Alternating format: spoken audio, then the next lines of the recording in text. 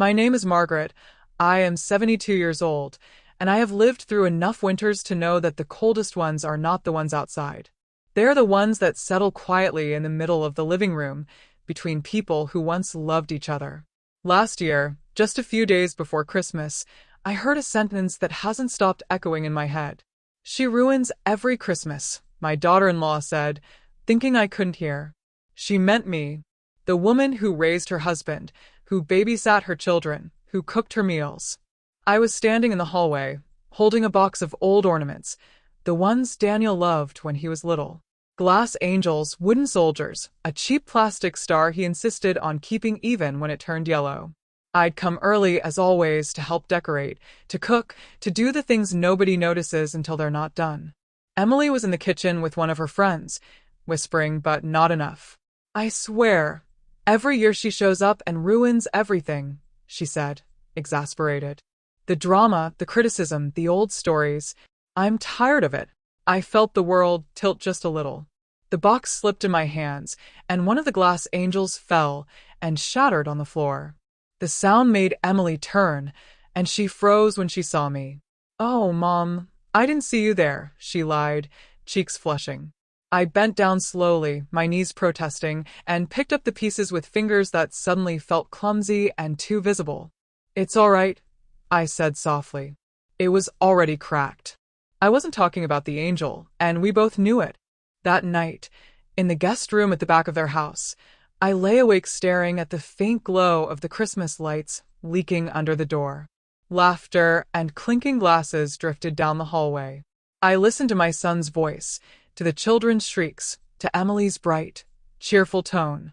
I wondered if they sounded different when I wasn't in the room. I wondered how many years she'd been saying it. "She ruins every Christmas," while I was fussing over turkeys and pies, thinking I was helping. I replayed the last few Christmases in my mind like an old movie, looking for the moment I became the villain. Was it when I insisted the children should say thank you? When I reminded Daniel not to drink too much? When I asked Emily to put her phone down at the table? Or was it simply when I refused to pretend everything was perfect while the air was thick with unspoken resentment and carefully hidden truths? Maybe the real problem is that old people remember too much, and memory makes everyone else uncomfortable. By morning, the words had burrowed inside me like a splinter.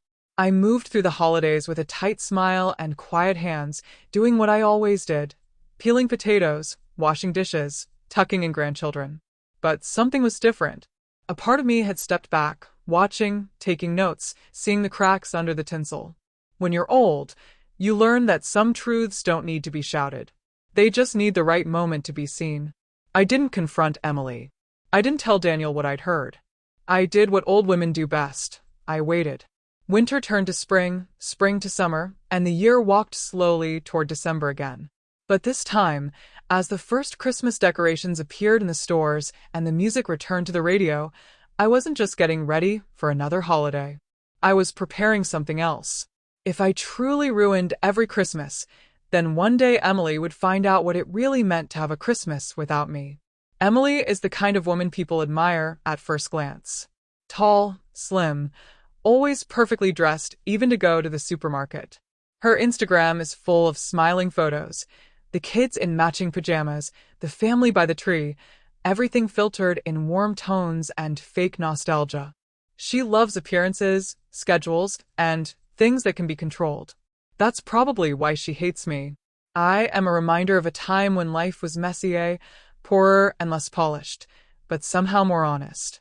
When she first met Daniel, I will admit, I was relieved. He dated girls who seemed to float through life without touching the ground, all drama and no substance. Emily, on the other hand, looked responsible, focused, determined to build a life. She worked in marketing, spoke confidently, and shook my hand firmly when he brought her home for the first time. "It's such an honor to meet you, Mrs. Harris," she said. Back then, her voice didn't have that sharp edge it grew later. They married fast. Too fast, if you ask me, but nobody does anymore. Within a year, she was pregnant with their first child, and the house that had always been silent after my husband died suddenly filled with baby cries and toys scattered across the floor. Emily called me often then, asking how to deal with fevers, colic, nightmares. I would hold the baby so she could sleep. She used to say, "I don't know what we'd do without you, Mom." Funny how quickly gratitude can evaporate. As time passed and money started coming in, things changed. Daniel got a promotion. Emily's job grew more demanding. They moved out of my small house into a bigger one across town, with a white porch and a perfectly trimmed lawn. I helped them with the down payment, of course. Nobody ever remembers that part. They furnished everything in neutral colors, everything coordinated, everything magazine ready. My old furniture looked like it carried too many stories, so it stayed behind, with me. Slowly, I became something else in Emily's eyes. Not a help, but a complication. My visits, once requested, became scheduled. "Just let us know before you come, okay, Mom?" The kids have such a busy routine. My advice on the children turned from welcome to outdated. "Times are different now," she'd say with a tight smile. Traditions I tried to pass down were labeled old-fashioned or toxic. Little by little, I could feel myself being moved to the edges of my own family. But one thing didn't change. Christmas was always at their house. Emily loved the performance of it, the photos, the decorations, the themed desserts, the matching sweaters. And I, foolish old woman that I am, believed that as long as we gathered around the same table, there was still hope. That my presence still meant something. That my stories, my recipes, my memories weren't just clutter in her perfectly organized life. I was wrong. And last year, she finally said out loud what she'd probably been thinking for years. Last Christmas, the house looked like a magazine cover. Emily had hired a decorator, something she announced casually, as if it were normal. There were garlands on the staircase, candles in every corner, a perfectly symmetrical tree with color-coordinated ornaments. My box of old decorations stayed in the car. "We're going for a more minimal look this year, Mom," she said when I tried to bring them in.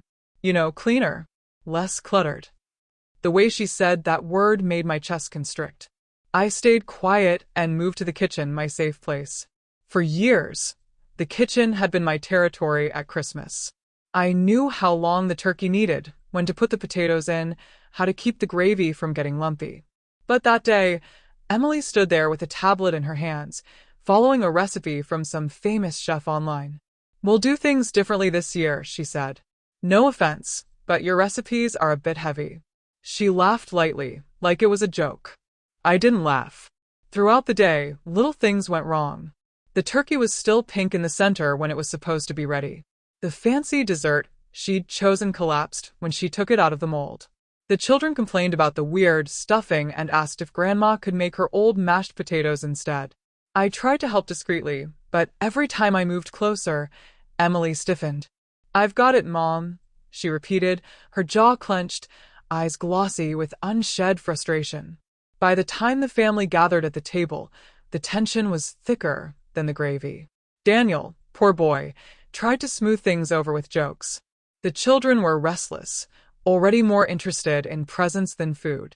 I raised my glass and suggested we say a few words of gratitude, like we always had. Emily rolled her eyes, so slightly I almost missed it. "Can we just eat while it's hot, please?" she said. It was a small thing, but it felt like she'd taken a knife to one of the few traditions I had left. After dinner, the real disaster began. One of the kids knocked over a glass of red wine onto the white tablecloth. Someone stepped on a fragile ornament and shattered it. The dog escaped to the garden and came back covered in mud, leaving paw prints on the polished floor. Emily snapped. She started shouting at the children, at the dog, at Daniel for not helping enough, at the universe for not understanding her vision of a perfect Christmas. I tried to calm her down, but she turned on me too. "Don't start with your lectures, please," she hissed. Later, in the kitchen, I heard her whisper to her friend on the phone, voice shaking. "Every year, it's the same. She makes everything dramatic. She ruins every Christmas. I'm done." I stood in the dark, listening. I thought of the wine stain, the broken ornament, the dog's muddy paws. Life is messy. People are messy. But in her mind, the only real stain in that immaculate house was me. And that was the night I finally understood. As long as I kept trying to fix everything, I would always be the one blamed when it fell apart. The new December came crawling in with its cold. I kept my decorations in their boxes that year. No lights in my windows, no wreath on my door. I told the neighbors I was just not in the mood. It was partly true, but the real reason was simple.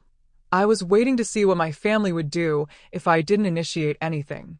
If I didn't ask about plans, offer to cook, volunteer to wrap gifts. Silence is a powerful test.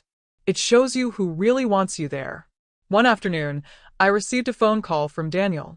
His voice was cheerful, but there was something rehearsed in it, like he'd practiced the words in front of a mirror.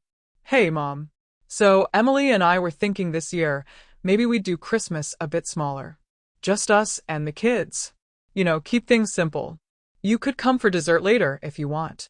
He said it quickly, like ripping off a bandage. He didn't say you ruin every Christmas, but I could hear the shadow of those words hanging between us. I let a bead of silence stretch between us, just long enough for him to feel it. "Of course, dear," I said finally, my voice even. "You're building your own traditions. I understand." He rushed to add, "It's not that we don't want you there, Mom. It's just things get so tense and Emily gets stressed," and he trailed off. I could picture him rubbing his forehead, caught between his wife and his mother, torn and tired. I felt a pang of sympathy. Then I remembered the shattered angel, the wine stain I didn't cause, the blame I always carried. When I hung up, the house felt very quiet. I walked slowly to the closet where I kept the box of ornaments and sat on the floor next to it. I ran my hand over the lid, feeling the rough cardboard under my fingers. All those years of memories, pressed into glass and plastic and wood, waiting to be unpacked. For the first time in my life, I decided to leave them where they were. If I was such a storm in their perfect winter, then this year, I would be still. I would give them exactly what they thought they wanted. That night, I took out a notebook and began to write. Not a letter of accusation, not a list of grievances. I started writing about the sacrifices that had never been mentioned, the help never acknowledged, the money I'd quietly given when bills were late, the nights I'd stayed awake with sick grandchildren so Emily could sleep. I wrote about my husband, about how we'd saved every penny so Daniel would never struggle the way we did. I wrote until my hand cramped, until the anger turned into something colder and sharper. Resolve. Over the next days, while the rest of the city dressed itself in lights and garlands, I made appointments. One with my lawyer, one with my bank, one with a notary. Old women are always underestimated. People assume we're slow, confused, harmless. Nobody expects us to make big decisions in silence. But I did. If my presence was such a burden, they would soon see what my absence could really cost. By the time Christmas week arrived, everything was ready. My will had been updated. Papers had been signed. A small, heavy envelope lay in my drawer, sealed and addressed to Daniel and Emily. On the front, I wrote only one sentence. "Open this when you finally understand what it means to ruin Christmas." I didn't know when that moment would come, but deep down, I trusted that it would. Christmas Eve arrived with a gray sky and a wind that howled around the corners of my small house. In other years, I would have been up since dawn preparing dough, basting meat, humming old carols under my breath. This time, the kitchen was silent. The oven stayed cold. The only smell in the house was the faint scent of tea brewing on the stove. It felt wrong, and yet strangely peaceful, like the calm eye of a storm that hadn't hit yet. Around noon, my phone buzzed. A message from Daniel. "Merry Christmas Eve, Mom. We'll see you tonight for dessert, okay?" Kids are excited. There was a photo attached, my grandchildren in front of their enormous tree, grinning widely. Emily stood behind them, flawless as always, in a red dress that probably cost more than all my holiday groceries combined. I studied her smile. To anyone else, she looked happy. To me, it looked tight, like fabric stretched over a box that's too full. I replied simply, "Merry Christmas, darling. I'll be there later." I didn't tell him I wouldn't bring any of my famous pies, that I hadn't baked the gingerbread cookies he loved as a child, that there were no presents wrapped on my couch. Let them feel the empty spaces first. People only notice what you've always done when it suddenly disappears. Until then, it's just background noise, like a clock ticking in a room you've stopped hearing. As the afternoon darkened, I got dressed slowly. I chose a simple dark green dress and my old wool coat. On the dresser lay the small envelope with their names on it. I picked it up, weighed it in my hand, and slipped it into my bag. Outside, the cold bit at my cheeks. Lights glowed in windows up and down the street, families moving behind curtains, silhouettes gathering to eat, to argue, to pretend everything was fine. Christmas is a strange theater where everyone plays their roles, hoping the script doesn't fall apart. The bus ride to their neighborhood was longer than usual, or maybe it just felt that way. I watched people carrying boxes, bags, children half asleep on shoulders. I wondered how many of those mothers and grandmothers were being blamed for everything that had gone wrong that year. How many of them were secretly wondering if they should just stop showing up. The thought made my throat tighten. I straightened my shoulders. Tonight wasn't about revenge. It was about clarity. When I reached their street, I saw their house glowing like a showroom. Warm light in every window, wreath on the door, giant inflatable reindeer on the lawn. I could hear music even from the sidewalk. Everything looked perfect from the outside. But I had lived long enough to know that some of the ugliest nights happen in the most beautifully decorated rooms. I took a deep breath, tightened my grip on my bag, and walked toward the door, ready to let their Christmas unfold without me ruining a thing. Emily opened the door before I had a chance to knock. She must have been watching from the window. "Oh, Mom, you're here," she said, voice a little higher than usual. Her eyes darted to my hands, maybe expecting boxes of food, bags of gifts. When she saw them empty except for my purse, something flickered across her face.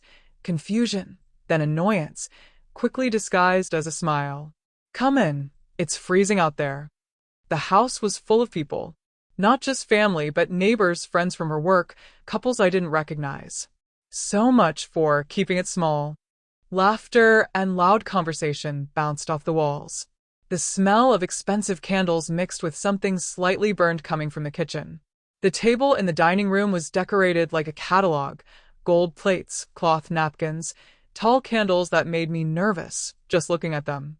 There was no place set with my old chipped mug, the one I always used. The grandchildren ran to me, thank God. Children haven't yet learned how to fake affection properly. They hugged my legs, shouting "Grandma," and asking if I'd brought my gingerbread men. "Not this year," I said gently, smoothing their hair. "Your mother is in charge of Christmas now." One of them pouted. "But her cookies are weird," he whispered too loudly. Emily snapped his name sharply from across the room, cheeks flushing. In the kitchen, chaos simmered just below the surface. Pots boiling over, timers beeping, the oven door opening and closing too often.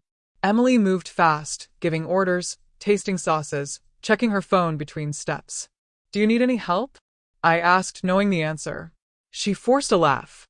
No, please, just relax. You always say I should learn to manage things on my own, right?" She didn't actually remember me ever saying that, but the line suited her narrative, so she used it. I stood in a corner and watched. The turkey, too big for the pan, cooked unevenly. The gravy thickened into something almost solid. The fancy dessert from some trendy recipe slumped sadly in its dish. People were polite, but I heard the murmurs. "It's a bit dry." "Oh, this stuffing is interesting." Emily's smile grew tighter with each comment. Daniel moved between rooms like a man trying to put out a fire with a glass of water. When it was finally time to serve dinner, I took my seat at the far end of the table, near the children. No one asked me to carve the turkey, like my husband used to. No one asked me to say grace, like I had done for decades. Instead, Emily raised her glass and made a little speech about new traditions and doing things our way. I lifted my own glass, silently. If only she knew how new things were about to become. As people started to eat, the small inconveniences piled up like snow on a roof. The turkey was dry in some parts and undercooked in others. The potatoes were lumpy. Someone found a piece of plastic from the packaging baked into the casserole. The kids refused to eat the Brussels sprouts with balsamic glaze Emily had proudly mentioned all week. One of them asked, loud enough for everyone to hear. "Can't Grandma cook instead?" The table went quiet for a heartbeat. Emily laughed, too loudly.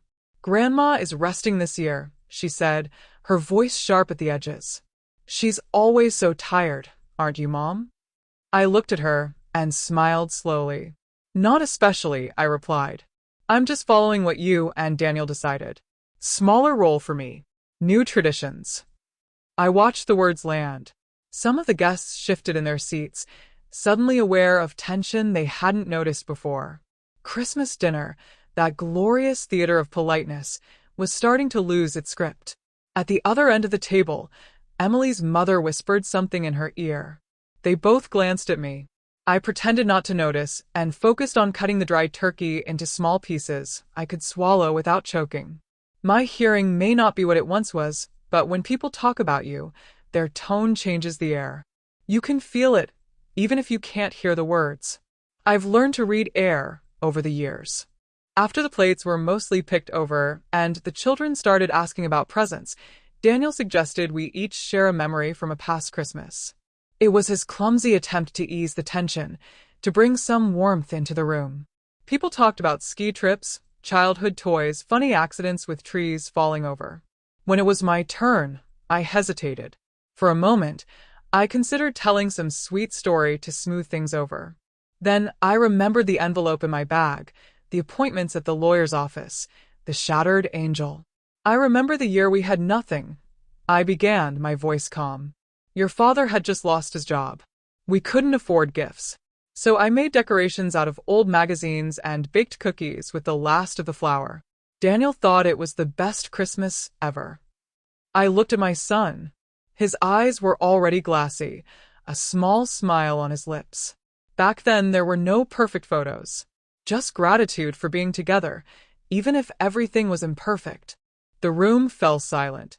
For a moment, I let the memory hang there, heavy and real. Then Emily broke it with a brittle laugh. "Well, we're certainly not in that situation now. Thank God," she said. "We've come a long way from that." The way she said that made our old poverty sound like a disease. Some of her friends nodded, relieved to move away from the uncomfortable story. I saw Daniel's jaw tighten, and right then I knew. The house looked perfect, but the cracks under the tinsel were already spreading. It didn't take long for the evening to start unraveling. One of the children spilled juice on the pristine white table runner. Another knocked over a candle, almost setting a napkin on fire. The dog, who had been shut away in a bedroom, escaped and ran through the dining room with muddy paws. People laughed nervously, but I saw Emily's eyes growing darker with every mishap. The perfect image she'd worked so hard to build was collapsing, one small accident at a time. In the living room, as presents began to be distributed, more little imperfections appeared. A toy broke as soon as it was opened. A sweater that Emily had chosen in the wrong size sparked a complaint. The batteries for an expensive gadget were missing. Normal things, human things. But in a house where everything has to be flawless, normal turns into catastrophe. Emily rushed from one problem to another, cheeks flushed, breathing fast, smile slipping more each minute. At one point, Daniel gently touched her arm. "Hey, it's fine," he murmured. "The kids are happy. That's what matters." She snapped her arm away.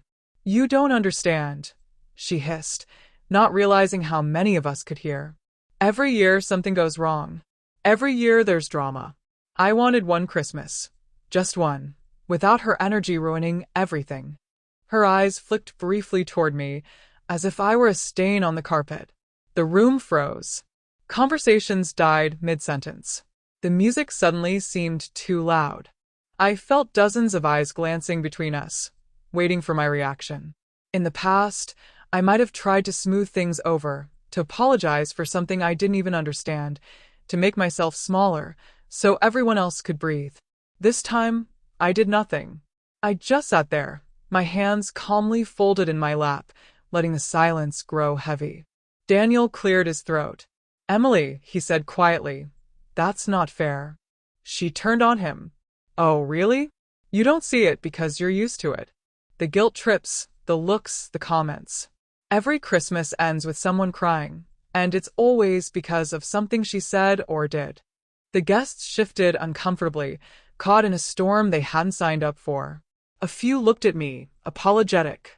Others looked at Emily, unsure whether to support or distance themselves. Finally, I spoke. My voice wasn't loud, but it cut cleanly through the air. Emily, I asked softly, what exactly have I done tonight to ruin your Christmas? She blinked, caught off guard. What? Tonight, I repeated. I didn't cook. I didn't decorate. I didn't tell anyone what to do. I haven't even raised my voice. And still, you say I'm ruining your Christmas. So tell me, dear, what is it that you think I'm doing? The room held its breath. For the first time, she had no quick answer. Emily opened and closed her mouth like a fish pulled from water. The words she'd thrown so easily in private now felt heavier in front of an audience. It's not just tonight, she stammered. It's years. It's the way you make me feel. Judged. Compared. Never good enough. Her voice trembled, and surprisingly, she began to cry. Not the delicate tears of someone seeking sympathy, but messy, angry tears that smudged her mascara and made her look less like a magazine cover and more like a human being. Some of her friends moved closer, instinctively forming a shield around her. Emily clutched a napkin like a lifeline. You act like you're the only one who's ever sacrificed anything, she said, sniffing. You bring up the past all the time like a weapon. And Daniel just idolizes you. I'm always competing with a ghost version of you he remembers from childhood. I can't breathe in my own house. Every time something goes wrong, I feel your eyes on me. Her words pierced deeper than I expected. I hadn't thought about it that way. To me, my memories were stories, threads tying us together. To her, they were chains. I took a slow breath. Emily, I said, I am sorry if my memories feel like weapons. That was never my intention. But I need you to hear something, and I need everyone here to hear it too. I stood up slowly, my knees complaining but holding. Last year, I continued, I heard you say that I ruin every Christmas. I didn't confront you then. I thought maybe you were just stressed, or hurt, or tired. But then Daniel called and told me this year would be smaller, and that I should only come for dessert. That you wanted less of me, less of my presence, less of my energy. So this year I did exactly what you asked. I didn't cook. I didn't decorate. I stayed out of the way. And yet here we are again. Something is wrong, and somehow I'm still the problem. The air buzzed with tension. Daniel stared at his plate, face pale. Emily looked like she wanted to disappear. The children went very quiet, sensing the gravity of the moment. Do you know what I see tonight? I asked, scanning the room. I see a woman exhausted from trying to make everything perfect. I see a man trying to keep everyone calm. I see children who just want to enjoy the night. And I see a family who has mistaken perfection for peace. That's not my doing, Emily. That's yours. For a moment, no one spoke. Then Emily exploded. So now you're the victim, she shouted. The wise old martyr who's done everything for us? You think because you help sometimes, you get to haunt us forever with your sacrifices? Newsflash, Margaret. We didn't ask you to give so much. You chose it. And now you use it to make us feel guilty. That's what ruins Christmas. Not the turkey, not the decorations, you. Her voice cracked on the last word. Inside my chest, something old and tired finally stood up and walked away. I felt oddly calm. You're right about one thing, I said quietly. You didn't ask for everything I gave. You never asked who helped with your house, with your bills, with your emergencies. You never asked because you preferred to believe you did everything alone. But since we are finally telling the truth in front of everyone, I reached into my bag and felt the cool edge of the envelope. Maybe it's time you actually see what my presence has meant all these years. My fingers didn't tremble when I pulled out the envelope. It was small, white, and heavy with everything that had been unspoken for years. I held it up, and several guests leaned in slightly, curiosity overcoming discomfort. What is that? Emily asked, wiping her face with the back of her hand. Daniel stared at it like he already knew somehow it wasn't going to be something simple. This, I said, is the truth on paper. the kind that doesn't care about perceptions or feelings. I looked at my son. Daniel, I suggest you be the one to open it. After all, it concerns your life more than anyone else's here. He stood up slowly and came to my side.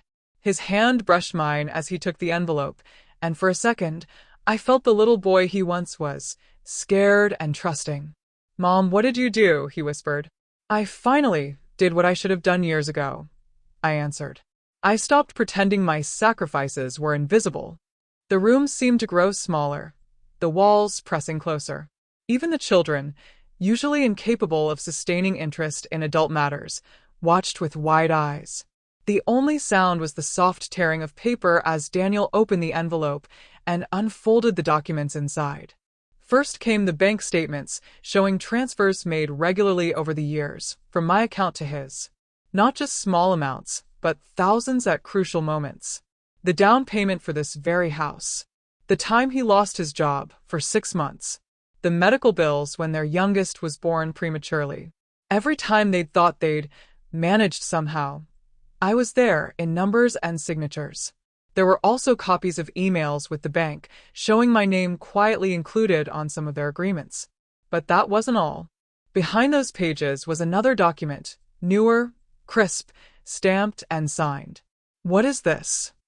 Daniel murmured. He read it once, then again, color draining from his face. When he finally looked up, there was a strange mix of shock and pain in his eyes. "Mom, you changed your will." A murmur ran through the room like a gust of wind. "Yes," I said simply. "I did." I turned to Emily, whose mascara-streaked face was frozen in a mask of disbelief. "You see, dear, for many years, I intended to leave everything I had to you and Daniel equally. The house, the savings, small as they may be.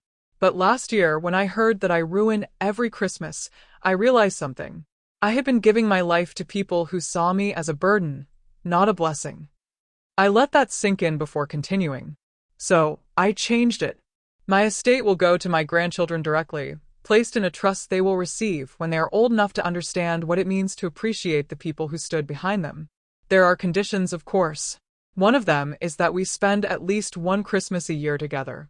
Not in perfection, in truth. If that doesn't happen, the money goes to charity instead." The room erupted in whispers. Emily looked like she'd been slapped. "You're blackmailing us?" she gasped. "Using your will to control us?" I shook my head. No. I'm simply refusing to keep funding a life where I'm treated like a nuisance. Love without respect is just dependency. And I am too old to pretend not to see that anymore. The shock in the room gave me a strange kind of courage. I sat back down slowly, my old bones protesting, and folded my hands on the table. "You think I bring up the past to manipulate you," I said, looking at Emily. "But the truth is, I rarely told the whole story. Maybe that was my mistake. I tried to protect you from the weight of it. I thought I was sparing you. Tonight, I see that my silence only made it easier for you to rewrite history. I let my mind drift back to a winter decades ago, when Daniel was still a boy. Your husband was 10. I began, speaking to Emily but also to everyone. It was December. My husband had left 2 months earlier, not by choice. A heart attack took him in our cramped kitchen while he was washing dishes. One moment he was humming a carol, the next he was on the floor. For years, Christmas smelled like dish soap and fear to me. I described the way I'd worked 2 jobs to keep the lights on. Mornings in a supermarket, nights cleaning offices. How I'd hidden our poverty from Daniel as best I could, wrapping small items from the dollar store like treasures, cooking cheap cuts of meat, and calling them special recipes. I talked about the winter the heating broke and we spent Christmas in 2 sweaters, blowing into our hands and laughing like it was an adventure instead of a struggle. When Daniel got older and wanted to go to college, I continued. We didn't have the money. Do you know what I did? I sold my wedding ring. The one thing of real value I still had from his father. I never told him. I wanted him to walk around campus without feeling like he owed me every step. I wanted him to feel like his life was his. So I carried that little grief alone. My voice wavered slightly, but I forced it steady. That's the kind of ghost that sits at this table with me every Christmas, Emily. Not judgment. Not resentment. Just memory. I saw something soften in Daniel's face. For a moment, he looked like a boy again listening to a bedtime story. Emily, on the other hand, looked torn. Part of her still clung to anger. Part of her was shaken by the depth of something she had never cared to ask about. "Why didn't you ever tell us?" she whispered, almost to herself. "Why keep all of that hidden?" "Because," I said gently, "I knew what would happen. The moment you know the full price of someone's love, you either feel gratitude or suffocation. I suspected you might feel the latter. I didn't want to be a burden, a constant reminder that your comfort was built on my exhaustion. But tonight, you've made it very clear that even without telling you, I was already the villain in your story. So I might as well finally claim my real role." I looked around the table, at all the faces now stripped of their holiday shine. "I am not a saint," I said. "I am not a martyr. I am just an old woman who gave too much and asked for too little in return. If that ruined your idea of a perfect Christmas, maybe it's because perfection was never real to begin with." After the envelopes and revelations, the party didn't magically return to normal. How could it? You can't unsee a truth once it has been laid bare like that. People tried to resume small talk, but their voices were thin, their laughter forced. Some guests made polite excuses and left early, mumbling about early mornings and long drives. They weren't fleeing Christmas. They were fleeing the discomfort of seeing a family without its usual masks. The children, bless them, drifted back toward the tree, as children do. They resumed their world of boxes and ribbons and whispered secrets about toys. Occasionally, one of them would look up at me with a frown, sensing that something fundamental had shifted, but not quite understanding what. I smiled, ruffled their hair, and asked about their presents. Life goes on, even when hearts are cracking like thin ice. In the kitchen, I washed my own plate and cup. Emily was there, leaning against the counter, staring at nothing. Her shoulders were slumped, her eyes swollen. For the first time since I'd known her, she looked small. Not physically, but in that way people do when they realize they've been playing a game with rules they never bothered to read. I dried my hands slowly and waited. I wasn't going to speak first. "You made me look like a monster," she said eventually, voice low. "In front of everyone." I shook my head. "No, Emily. I simply lifted the curtain. You chose your lines long before tonight." She flinched, anger flickering in her eyes, then dimming again. I wanted one perfect Christmas," she whispered. "One where nothing went wrong." "Is that so terrible?" "It's not terrible," I answered softly. "It's just impossible. And in chasing it, you turned everyone around you into props instead of people. Including me." I paused, then added, "Especially me." I could see the words hit her. She opened her mouth, then closed it again. "So what now?" she asked. "Are you going to punish us? Are you really going to take everything away from Daniel and the kids if we don't meet your conditions?" I sighed. "It's not about punishment. It's about boundaries. I can't stop you from resenting me. I can't make you like my stories or my presents. But I can stop pretending that your disdain doesn't cost me anything. My money, my time, my love, they're not obligations, Emily. They're gifts. And gifts can stop when they're thrown back in the giver's face."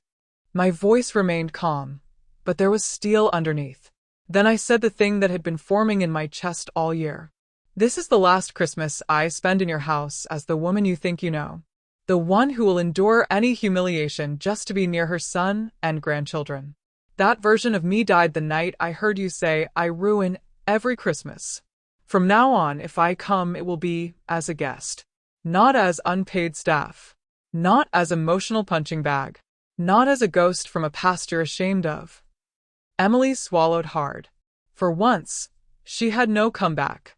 I picked up my coat and my bag. "Tell Daniel I went home," I said.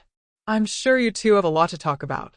Without waiting for her answer, I walked out of the kitchen, past the flickering tree, past the half-burned candles, out into the cold night. For the first time in years, I stepped out of the story before it swallowed me whole. The air outside was sharp enough to hurt my lungs. Christmas lights blinked cheerfully on houses up and down the street, unaware of the heaviness in my chest. My breath formed small clouds in front of me as I walked slowly toward the bus stop. I didn't look back. I knew that if I did, I might see a small face pressed against the window, or Daniel running after me, and my resolve might falter. Old habits die hard, especially the habit of turning around when someone calls your name. As I walked, I thought about all the years I had stayed until the very end. Cleaning dishes, bagging leftovers, folding tablecloths while everyone else collapsed on couches or drifted off to bed. I thought about how many times I'd swallowed hurtful comments with dry turkey, telling myself it was worth it just to be included. I realized, with a hollow little laugh, that I had been the easiest part of Christmas to take for granted. The streets were oddly empty for such a festive night.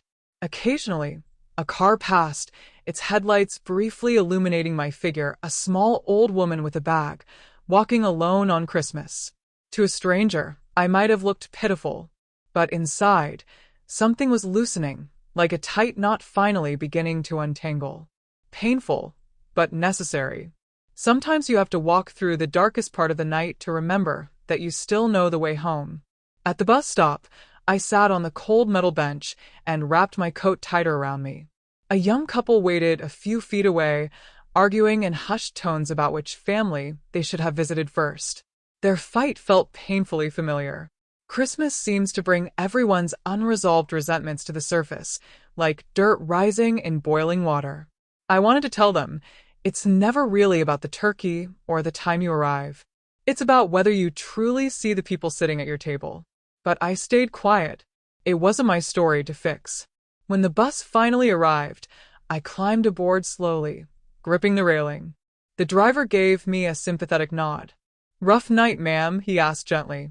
I considered lying, saying it was fine, that I'd just had too much to eat. Instead, I shrugged. "Just a Christmas like any other," I said. Only this time, I remembered my own worth. He gave me a curious look in the mirror, but didn't push. As the bus drove through the city, I watched the lights blur past the window, each one a tiny island of warmth in the darkness. I thought of Daniel, of the children, of Emily. I knew that when the shock wore off, anger would come. Maybe guilt, maybe denial, maybe nothing at all. I couldn't control that. All I could control, after a lifetime of bending myself into shapes for other people's comfort, was this. I had finally shown them what it really meant when they said I ruined Christmas. I had taken myself out of the equation. Now they would see what was left. I woke up the next morning to silence. No little feet running down the hallway, no smell of coffee someone else had made, no wrapping paper shredded across the floor. Just the ticking of the old clock in the kitchen and the faint hum of the refrigerator. For a moment, I lay there disoriented. Then the memories of the previous night rolled back over me, heavy and cold. I closed my eyes and let them settle before I dared to stand. On the kitchen table, my phone sat face down. I had turned off the sound before going to bed, a small act of rebellion. When I picked it up and turned it over, I saw several missed calls from Daniel and one from an unknown number. There were also messages, long paragraphs from my son, short ones from Emily, little voice recordings from the grandchildren. I didn't open any of them right away. I put the phone down, made myself tea, and watched the steam rise like a fragile ghost. Only after I'd finished my tea did I sit down and listen. Daniel's voice trembled in the first recording. "Mom, I'm so sorry. I didn't know about the money. I didn't know about the will. I didn't know she said that last year. I feel like the worst son in the world. Please call me." In another message, later in the night, he sounded more desperate. "Mom, the kids are asking where you are. Emily is processing. Please just tell me you got home safe." Emily's message was shorter. "I shouldn't have said what I said in front of everyone," she began. There was no "I'm sorry" at first, only a list of explanations. She was stressed, overwhelmed, trying so hard for her family. She felt attacked, exposed. At the very end, almost as an afterthought, she added, "I know you've done a lot for us. I don't know how to feel right now." It wasn't much, but for her, it was more vulnerability than I'd ever heard. The recordings from the grandchildren were the hardest to hear. Small voices saying, "Grandma, why did you go?" And "We saved you a piece of cake," and "Mommy cried a lot." One of them whispered, "Daddy said he was a bad son. Is that true?" I had to pause the message and press my hand over my eyes. Children always end up carrying the weight of adult mistakes. It's one of the cruelties of family life. I didn't answer right away. Old me would have called immediately, soothing everyone, taking back the weight of the hurt so they could breathe easier. New me sat with the discomfort a little longer. I let them feel my absence. Not as punishment, but as a lesson. When you say someone ruins every Christmas, you should understand exactly how much of those Christmases depended on their presence. Around noon, I finally sent a single text to Daniel. "I am safe. I need some time to think. I love you." I didn't mention the will, the money, or Emily. Some conversations require a face, not a screen.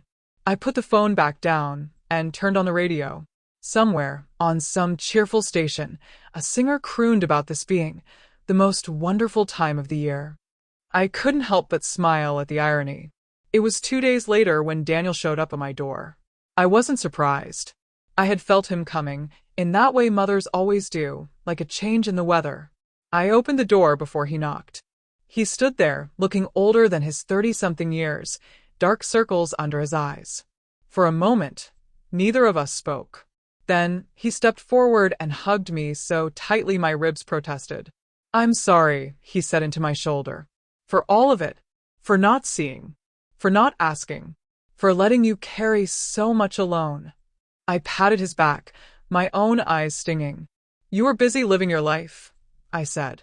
"That's what I wanted for you. I never wanted my sacrifices to be a debt you had to pay back. I just wanted them to be seen. Even a little." He pulled away and looked at me, guilt carved into every line of his face.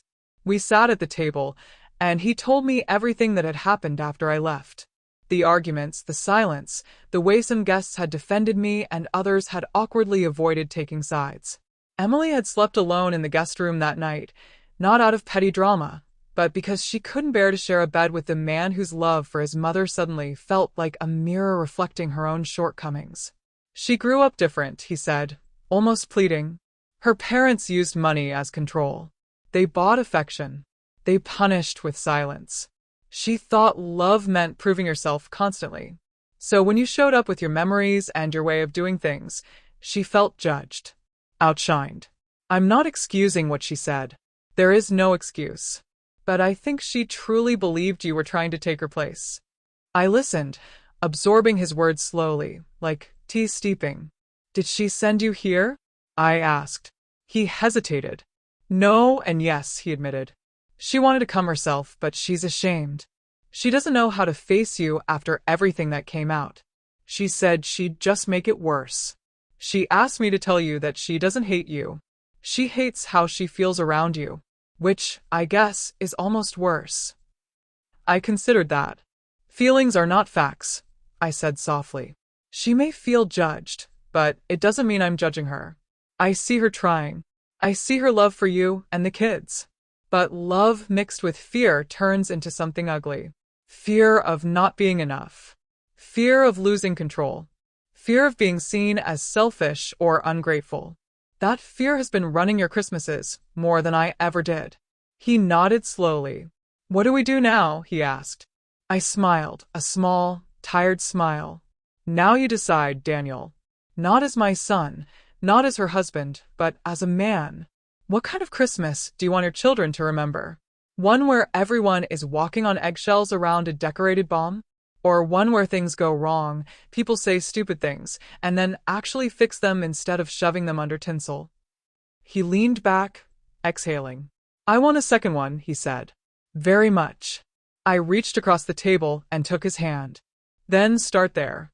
Tell Emily that if she wants me in her home, she has to accept all of me, my stories, my imperfections, my presence. And if she doesn't, then we will find other ways to see each other.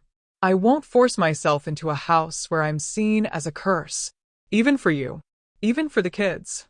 That's the line I should have drawn a long time ago." Weeks passed. The decorations came down around the city, The trees on sidewalks dried out and disappeared. The sales signs replaced glittering stars. Life returned to its ordinary, less sparkly cruelty. Emily didn't call me. I didn't call her. But through Daniel, I heard things. She was going to therapy. She'd cried for days. She'd asked questions about my life, about my sacrifices, about that infamous phrase, "You ruin every Christmas," and why it had slipped out so easily. When I finally saw her again, it wasn't at a holiday. It was on a plain gray afternoon in February. She came to my door alone, without makeup, her hair pulled back in a simple ponytail. She looked younger like that, more human, less like the glossy version of herself she'd tried to sell to the world. For a moment, we just looked at each other. Then she said, softly, "May I come in?" I stepped aside. We sat at the same kitchen table where I had once planned Christmas menus and hidden financial worries. She didn't launch into explanations this time. She just looked at her hands and said, "I am sorry." Not for how it looked, not for how it sounded, for what she had done. It was a small but crucial difference. I was so busy trying to create perfect moments, she continued, that I didn't realize I was erasing the person who made most of those moments possible in the first place. She told me about her own childhood. The cold house filled with expensive things but no warmth. The way her mother used gifts as leverage, and how her father was present in body, but absent in every other way. "I promised myself my family would never feel that emptiness," she said. "So, I filled every corner with stuff, with plans, with decorations. And when you came with your stories of doing more with less, I felt exposed. Like my version of love was wrong." Her voice cracked. "So I blamed you." I listened. Then I told her something she needed to hear. "You're not a monster, Emily. You're just a frightened girl in a grown woman's body, trying to prove you'll never be like your parents. But in rejecting the past so completely, you also rejected everyone who survived it. Including me." She nodded, tears rolling freely now. "I don't know how to fix all of this," she whispered. "But I don't want my children growing up thinking their grandmother is the enemy." We talked for a long time about boundaries, about respect, about the difference between helping and controlling, about the weight of gratitude and the poison of unspoken resentment. We didn't solve everything. Life is not a movie that wraps up neatly in the last 5 minutes. But when she left, we hugged. Really hugged. Not the stiff, performative embraces of holidays past, but an awkward, real one that smelled of salt and hope. Next Christmas is still far away as I sit here telling you this. I don't know exactly what it will look like. Maybe I will go to their house again. Maybe we will celebrate somewhere else. Maybe there will be broken ornaments and burned dishes and children crying over the wrong toy. But one thing I know for sure, I will never again accept being called the one who ruins every Christmas. Because now Emily knows the truth. When I stepped back and let her have the holiday she thought she wanted, the cracks didn't disappear, they grew. My absence didn't magically fix anything. It only revealed the weight I had been carrying all along. That's what it really means when you say someone ruins Christmas sometimes. You're blaming the person holding everything together for the mess created by everyone else. So no, I don't ruin Christmas. I complicate it with reality, with memory, with the stubborn presence of a woman who refuses to vanish just because she makes people uncomfortable. If that's what it takes to keep my family honest, then let it be known, I will gladly ruin 1,000 perfect Christmas pictures as long as the people in them finally learn how to truly see one another.